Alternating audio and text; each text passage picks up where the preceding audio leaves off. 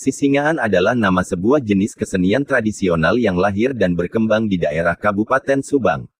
Kesenian Sisingaan ini pun telah menjadi ikon Kabupaten Subang, serta telah mengangkat dan mengharumkan nama Kabupaten Subang, bukan hanya di dalam negeri, melainkan juga telah dikenal di dunia internasional.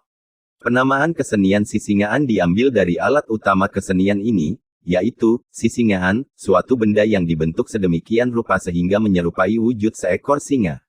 Kata, sisingaan, itu sendiri adalah kata jadian dalam bahasa Sunda yang kata dasarnya adalah, singa, kemudian diberi imbuhan berupa awalan, si, dan akhiran, an.